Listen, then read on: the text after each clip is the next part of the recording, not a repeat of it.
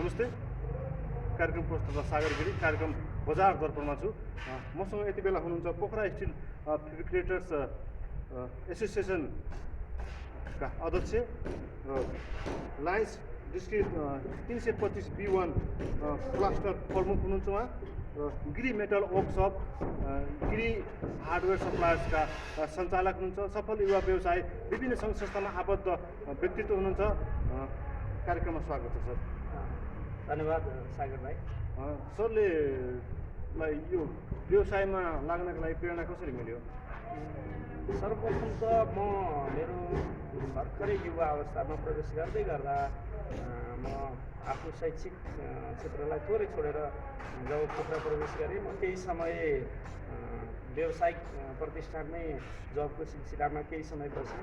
त्यस पछाडि छोटो समय झन्डै 2 वर्ष म 55-56मा 2 वर्ष वैदेशिक रोजगारको सिलसिलामा विदेश पनि गएँ। जब विदेश गइसकेपछि त्यहाँको दुःख, त्यहाँको हामी खट्नुपर्ने अवस्थालाई मध्यनजर गर्दा यो दुःख, यति नै मेहनत आफ्नो ठाउँमा काम गऱ्यो भने पक्कै पनि यसले सफलता हासिल गर्छ भन्ने ध्येयले फेरि पुनः नेपाल फर्किसकेपछि कामको रोजगारीको सिलसिलामा बाहिर नजाने प्रण गर्दै व्यवसायमा सुरुवात। कति वर्ष भयो यहाँले व्यवसाय सञ्चालन गर्नुभयो? 56 चैतको अन्तिमबाट 77को पनि आधा जान लाग्यो। झन्डै 21 वर्ष पार गर्छ। कतिको सहज छ यो व्यवसाय गर्नका लागि?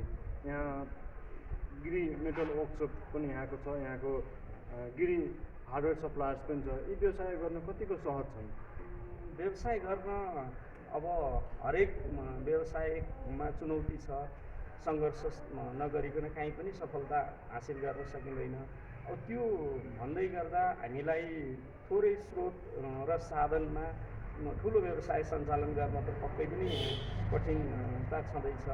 राज्यले हेर्ने दृष्टिकोण, हामीले पाउने सल्लाह सहयोग पनि विभिन्न क्षेत्रबाट पाउने सहयोग पनि केही कमीको अवस्था छ। अनि फाइनेन्सियल सपोर्टको लागि पनि केही काम गर्छु भनेर लाग्यो भने सामान्य थोरै ब्याज दरमा अथवा थोरै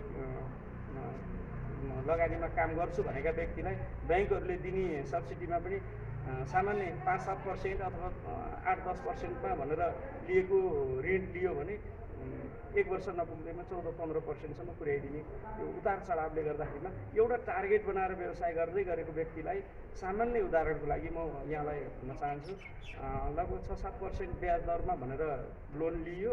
वार्षिक एउटा 1 करोड कसैले लोन लियो भने 7 लाख रुपियाँ म ब्याज बुझाउन सक्छु भन्ने हिसाबले लियो भने 15% पुर्याइदियो भने फेरि 15 लाख रुपियाँ कहाँबाट पुर्याउने, अरू 8 लाख रुपियाँ कहाँबाट पुर्याउने?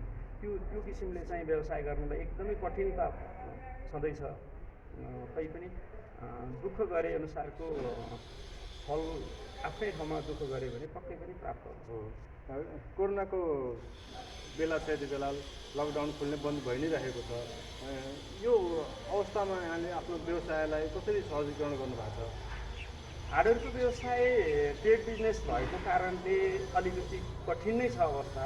यो कोरोना सङ्क्रमणले गर्दा मेटल व्यवसाय उद्योग हो। उद्योगमा सरकारले दिएको थोरै लचकताले पनि उद्योग व्यवसायहरू सञ्चालन गर्न दिएको केही छुटका कारणले पनि उद्योग व्यवसायीलाई त्यति धेरै समस्या छैन।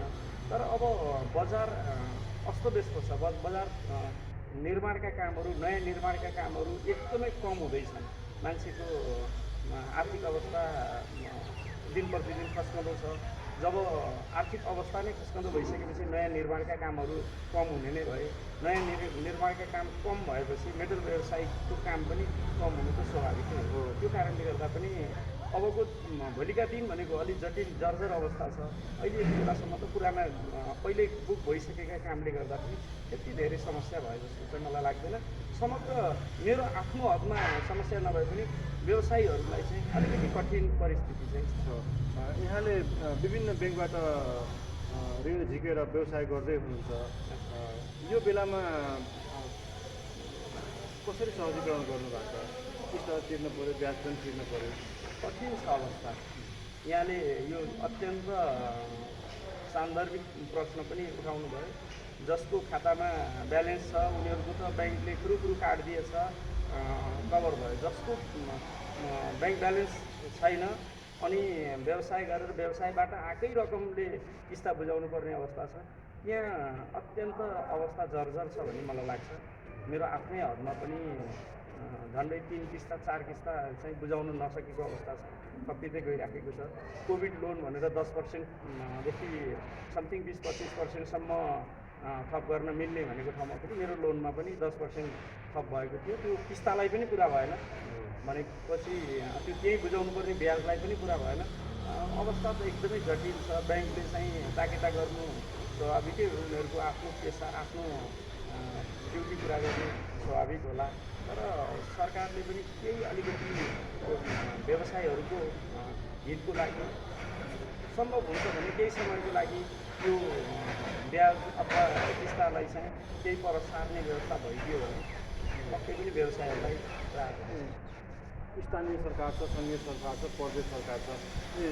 सरकारले व्यवसायहरूलाई एक प्रकारको प्याकेज ल्याइदिने हो भने जस्तै अब ब्याङ्कबाट पाइने लोनहरू अलिकति थप गरेर या विभिन्न कर तिर्ने कुराहरू, भाडा तिर्ने कुराहरू र बत्तीका पानीका केही कस्तो नीति ल्याइदियो भने चाहिँ यहाँहरू व्यवसायलाई, यहाँ विभिन्न संस्थानमा आबद्ध हुनुहुन्छ, सामाजिक व्यक्तित्व हुनुहुन्छ, कस्तो खाले एउटा नीति ल्याइदिनु पर्छ जस्तो लाग्छ?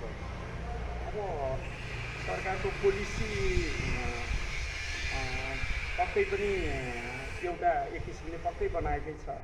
अब हाम्रो जस्तो विकासोन्मुख देशमा हामीले कति आशा हेर्न सरकारसँग? सरकारका मन्त्री सांसदहरूलाई नै तलब खुवाउनलाई अवस्था जटिल बन्दै गएको भनेर हामी देख्न सक्छौँ। जब असार जेठसम्म गरिएको लकडाउन असारमा अलिकति कर असुली गर्ने ध्येयले हुनसक्छ, केही कुकुलो भयो, केही छुट पनि भयो। अब फेरि साउनको मध्यबाट फेरि पुनः लकडाउनको प्रक्रियाहरू सुरु हुन थाले भनेको केही समयलाई सरकारको ढुकुटीमा पनि केही रकम जम्मा होस् भन्ने किसिमले गरे जस्तो किसिमको सरकारको अवस्था देख्न सक्छौँ। यस्तो अवस्थामा सरकारले जनतालाई जोगाउनका निम्ति होइन कि ढुकुटीमा केही पैसा जम्मा गर्नका लागि लकडाउन खोलिएको यथार्थमा हो। यो हामीले हेर्दाखेरिमा जनतालाई केही राहत दिए जस्तो देखिएछ, तर वास्तविकता त्यो होइन। यदि सक्छ सरकारले भने सरकारका मन्त्री सांसदहरूलाई लकडाउनको पिरियडभरि तलब भत्ता नदिइकन चाहिँ काम गर्न भनेर आदेश दियोस् त सर्वसाधारणलाई पनि केही न केही राहत हुन्थ्यो होला। त्यसले पक्कै पनि राहत हुन्थ्यो होला। त्यो सक्दैन सरकारले।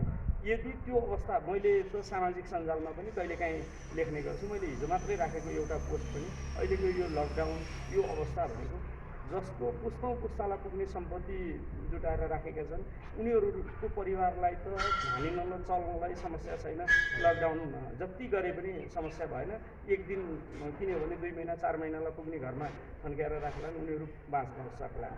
जसको आज काम गरेन भने भरेको चुलो बल्दैन, त्यो व्यक्तिलाई त यो लकडाउन होला। सरकारले एउटा पोलिसी लिएर लकडाउन गर्यो भने पनि जुनसुकै हालतमा पनि उसले त्यो जुनसुकै बाटो अप्नाएर पनि त्यो लकडाउनलाई उल्लङ्घन गरेर भए पनि आफ्नो काममा पुगेकै हुन्छ।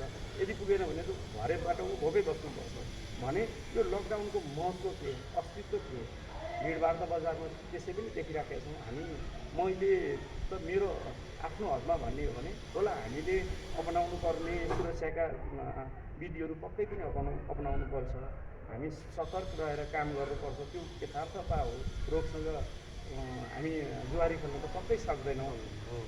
त्यो भइसकेपछि त्यति हुँदाहुँदै पनि सबै सर्वसाधारणदेखि लिएर राजनीतिज्ञ सबैलाई थाहा छ यो रोग हो। कसैले कसैको स्वार्थको लागि आह्वान गरिएको लकडाउन बन्द होइन। त्यो भइसकेपछि सतर्क रहेर काम गर भन्यो भने आवश्यक नभएको व्यक्ति जसलाई पर्याप्त पुग्दो सुरक्षित नै गर्छ, जसलाई मृत्युसँग नै डर नलागिकन पनि सङ्घर्ष गर्नुपर्ने छ, उनीहरूलाई स्वतन्त्र छोडिदिँदा सबभन्दा बेस्ट हुन्छ भने मेरो कर्मचारीहरूलाई कसरी व्यवस्थापन गर्नुभएको छ? कर्मचारीहरूलाई त मैले आफैले उनीहरूलाई उद्योगसँगै रहेको आवासमा उनीहरूलाई बस्ने खानेको व्यवस्थापन गरेर 2जना मजदुर त गाउँ गएका थिए। त्यो सङ्क्रमणको बेला मैले उनीहरूलाई जानभन्दा अगाडि पनि भनेको भने के थियो भन्दा यदि अवस्था जटिल भयो भने जति बेलासम्म मेरो चुलो बल्छ त्यति बेलासम्म तिमीहरूको पनि चुलो बल्छ।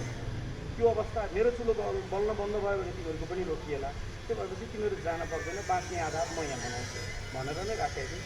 त्यो गरेर केही मजदुरहरू यहीँ बसे, केही मजदुरहरू घरमा पनि गए। झन्डै 1 महिनाको बसाइ पछाडि पुनः फर्केर काममा आए। अहिले सबैजनाले काम गर्दैछन्। यहाँको व्यवसायमा Giri metal workshop, Giri hardware suppliers के कस्ता सुविधाहरू छन् यहाँको व्यवसायमा भन्नु? गिरी मेटल वर्कसप झन्डै सुरुवात गरेको 10 वर्ष भइसक्यो। 10 वर्षसम्म हामीसँग हामीले हेर्न सक्छौँ साइड होइन, हामी अहिले साइडमा नै छौँ। अहिले हामी बिरौटाको यो ग्यालेक्सी ब्याङ्क्वेट एन्ड म्यानेजमेन्ट प्राली बन्दै गरेको भवनको भित्र छौँ। अहिले पनि कामकै सिलसिलामा यहाँ साइडमा आएको अवस्थामा यहाँ आइदिनु भयो। यहाँ फिल्डमै आएर हाम्रो यो छोटो जानकारी लिँदै हुनुहुन्छ। यो अवसरको लागि पनि सागर भाइप्रति आभार व्यक्त गर्न चाहन्छु। हामीले यो फलाम सम्बन्धी अधिकांश काम भनेको फलाम सम्बन्धी ड्रिल, सटर, ट्रसहरू अनि यो फलाम सम्बन्धी कामहरू गिरी मेटल वर्कसपबाट प्राप्त गर्न सक्छौँ भने गिरी हार्डवेयर एन्ड सप्लायर्समा अधिकांश मेटल व्यवसायीलाई आवश्यक पर्ने आइटमहरू, मेटल व्यवसायीलाई नै म आफू मेटल व्यवसायमा भएको र मेटल व्यवसायको पनि नेतृत्वदायी भूमिकामा रहिराखेको हुनाले पनि मेटल व्यवसायीलाई आवश्यक पर्ने सामग्रीहरू बढी पाइन्छ हार्डवेरमा। अनि त्यो सँगसँगै रङरोगनका सामग्रीहरू पनि केही राख्ने। कुन ठाउँमा चाहिँ यहाँको व्यवसाय?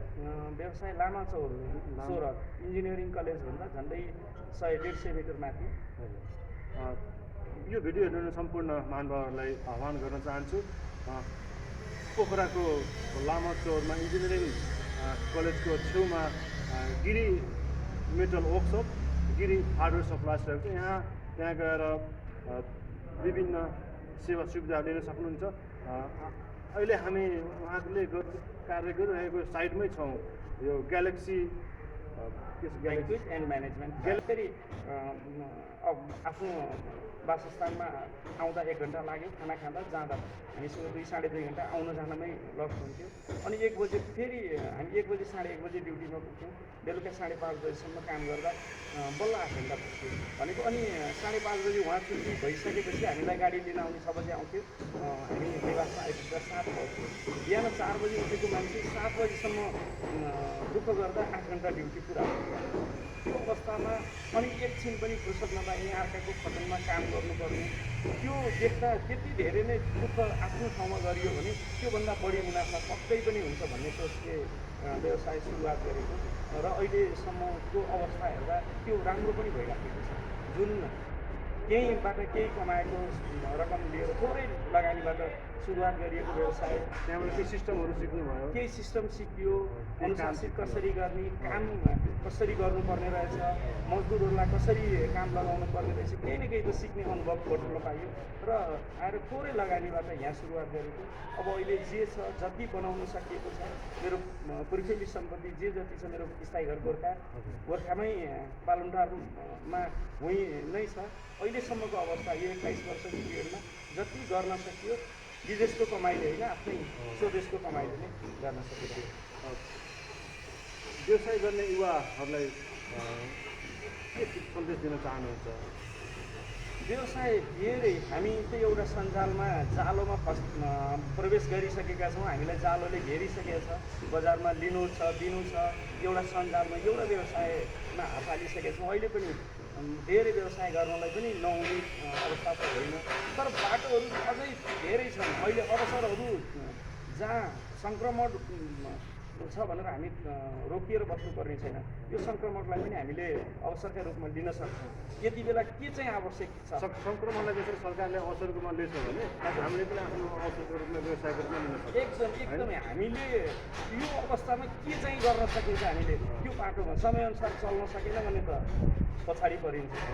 जति बेला जे आवश्यक पर्छ त्यो त्यसमा चाहिँ आफूलाई फिट राख्दै अगाडि बढ्न सक्यौँ भने हरेक व्यवसाय, अहिले विदेशबाट फर्केका अथवा यहीँ स्वदेशमै रहेका पनि युवाहरूले गर्दै गरेका कृषि पेसाहरू भयो, फलफुल खेती भयो, बाख्रा पालन भयो, मौरी पालन भयो, गाई भैँसीका फार्महरू भए, यिनीहरू हरेक क्षेत्रलाई सरकारले पनि केही न केही अनुदान दिइराखेको अवस्था छ।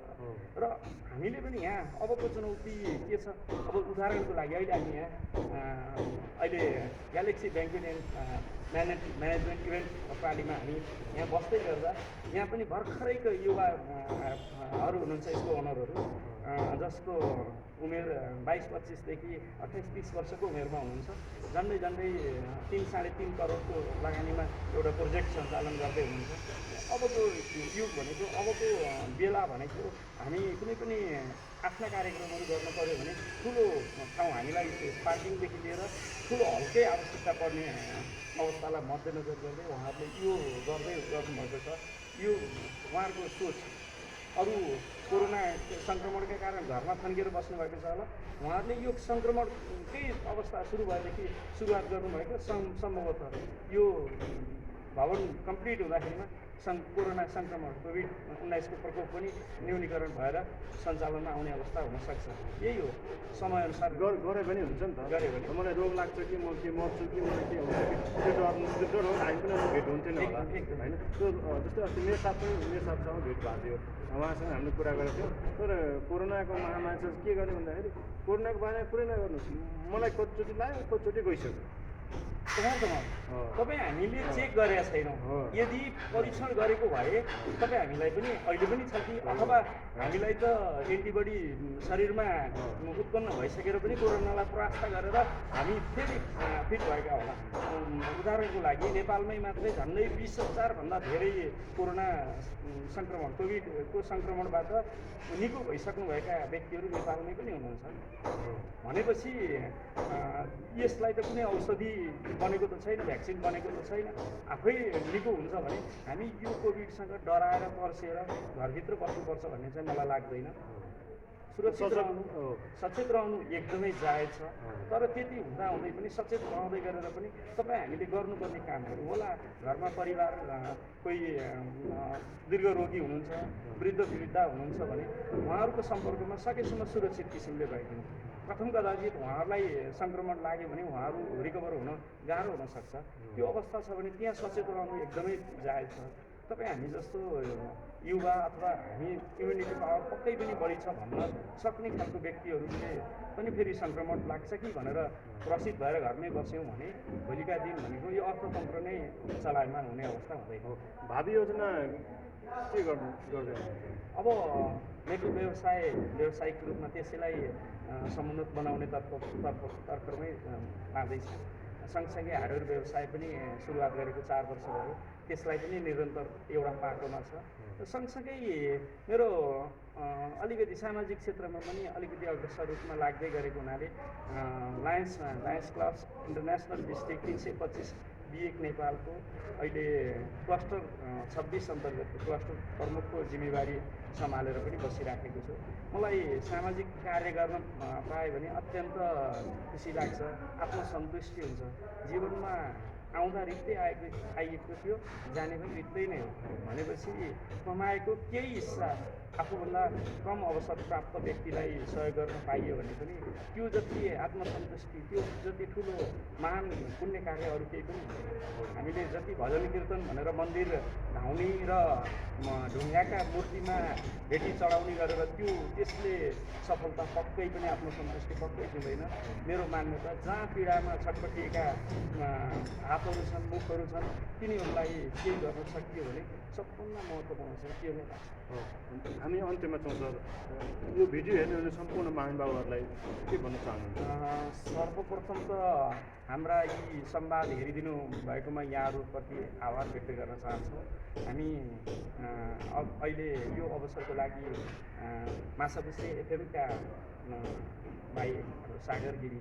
हामी आज दुई दाजुभाइ गिरी नै यहाँ यो अवसरले संयोगले जुट्ने अवसर पनि प्राप्त भएको छ। मैले सुरुवातमा पनि भाइसँगको परिचय आज पहिलोचोटि दाजुभाइको एक आपसमा भेट भएको। हामी सामाजिक सञ्जालमा त सँगै जोडिएका थियौँ र पनि एक आपसमा प्रत्यक्ष भेटघाट भएको पहिलोचोटि। उहाँ स्याङ्जाको गिरी, म गोर्खाको गिरी, तर गिरी नै जोडेर पनि आफ्नै दाजुभाइ भेट भयो जस्तो एक किसिमको आत्मीयता छ। मैले यहाँ कुनै जातिलाई जोड्न खोजेको होइन, तैपनि यो हरेक समुदायमा हुन्छ, हरेक जातिमा हुन्छ, हुनुपर्ने विशेषता पनि हो, गुण पनि हो। यसलाई अन्यथा पनि नलिदिनु होला। र सँगसँगै यहाँहरूलाई यदि यो सङ्क्रमणकालीन अवस्थामा मेरो सल्लाह सुझाव भनेको कोही जोसुकै पनि हुनुहुन्छ, यदि काहीँ विदेशमा हुनुहुन्छ भने पनि तपाईँले काम गर्न सक्ने उमेरसम्म मात्रै हो विदेश तपाईँलाई माया गर्ने। त्यस पछाडि भनेको तपाईँलाई घर फर्किनै पर्ने हुन्छ। त्यो भइसकेपछि तपाईँको शरीरमा ताकत पनि छैन र वयस पनि छैन, अनि त्यस पछाडि तपाईँले केही पनि गर्न सक्नुहुन्न। त्योभन्दा बेलैमा आफ्नै देशमा नयाँ योजना हो, विदेश जानुभयो भएकै दाजुभाइ हुनुहुन्छ भने पनि फर्केर त्यहाँको सिप यहाँले आर्जन गरेका केही न केही ज्ञान त पक्कै हासिल गर्नुभयो। त्यो ज्ञानलाई यहाँ परिचालन गर्न सक्नुभयो भने आफ्नै देशमा सुन फल्छ। यहाँ सुन फलाउने तपाईँ हाम्रै दायित्व हो। अर्काले गरिदिएर हामीले गरेका पौरखले अर्काले कमाएर पनि हामीलाई पर्याप्त दिन्छन् भने आफैले गर्न सकियो भने त्योभन्दा बढी कमाउन सक्छ। यो सन्देश दिन चाहन्छु। सरलाई पनि धेरै धन्यवाद। कार्यक्रम बजार दर्पणमा यहाँले आफ्नो अमूल्य समय दिनुभयो। हामी भेट हुने एउटा मौका मिल्यो। यहाँको व्यवसाय सफलताको कामना गर्छु। हस्, नमस्ते, थ्याङ्क यू।